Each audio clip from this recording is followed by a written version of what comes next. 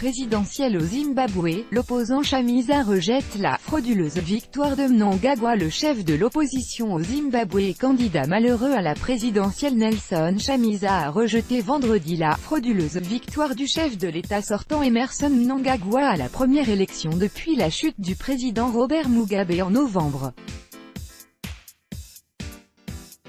Selon des résultats annoncés dans la nuit de jeudi à vendredi par la commission électorale ZEC, Emmerson Mnangagwa a remporté de justesse au premier tour la présidentielle avec 50,8% des voix, devant Nelson Chamisa, 44,3%, dans un climat tendu.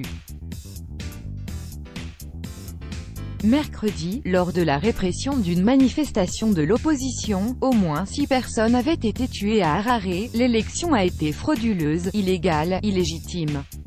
Nous avons gagné cette élection.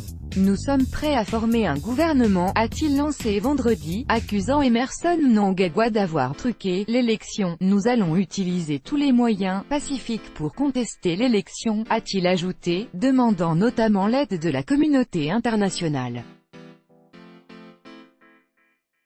Un partisan du président zimbabwéen réélu, Emmerson Mnangagwa, Harare, 3 août 2018. Copyright AFP, Marco Longari. Son parti, le Mouvement pour le changement démocratique, MDC, a annoncé qu'il allait saisir la justice. Après l'annonce de son élection, Emmerson Mnangagwa, 75 ans, a salué « un nouveau départ », appelant à l'unité pour construire un nouveau Zimbabwe pour tous. Nelson Chamisa. Copyright AFP, Vincent Lefai. L'ancien bras droit de Robert Mugabe a confirmé dans les urnes son emprise sur le pays après son accès au pouvoir en novembre à la suite d'un coup de force de l'armée, qui avait mis fin aux 37 années au pouvoir du camarade Bob. Emmerson Mnangagwa pourra en outre compter sur une majorité absolue à l'Assemblée nationale. La ZANU-PF, au pouvoir depuis 1980, a remporté une victoire écrasante aux législatives organisées lundi en même temps que la présidentielle, en décrochant 144 des 210 sièges.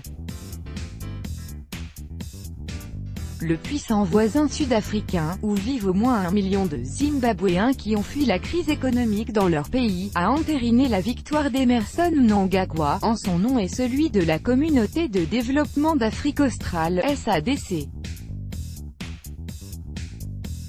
Dans un communiqué, le chef de l'État sud-africain, Cyril Ramaphosa, a félicité Mnangagwa pour son élection, et appelle tous les leaders politiques et le peuple du Zimbabwe à accepter le résultat. Pour le cabinet d'experts EXX Africa, malgré les violences et les accusations d'irrégularité dans le vote, le président Mnangagwa et le parti ont assuré un mandat qui aura une reconnaissance internationale.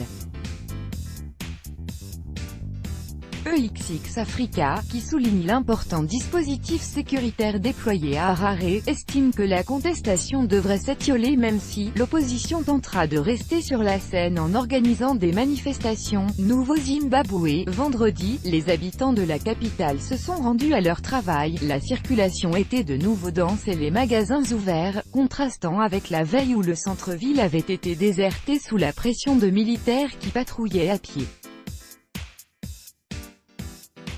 La nuit a été calme, sans manifestation ni célébration. Un camion de l'armée et un canon à eau étaient toujours stationnés vendredi devant le siège du MDC. Mercredi, le gouvernement avait prévenu qu'il ne tolérerait aucune contestation. Lutte pour le pouvoir au Zimbabwe. Copyright AFP, Gillian HANDYSIDE. C'est un nouveau Zimbabwe, nous sommes heureux, a réagi un informaticien, Tandem Mugadi, 32 ans. La faible majorité obtenue par Mnangagwa montre simplement que c'était des élections libres et justes, a-t-il ajouté. La campagne électorale a été libre et juste mais le résultat n'est pas du tout satisfaisant, a estimé pour sa part Stephen Nyangani. Vous pouvez truquer les élections mais pas l'économie. On verra comment ça se termine, affirmait dépité Doudbounou, 40 ans.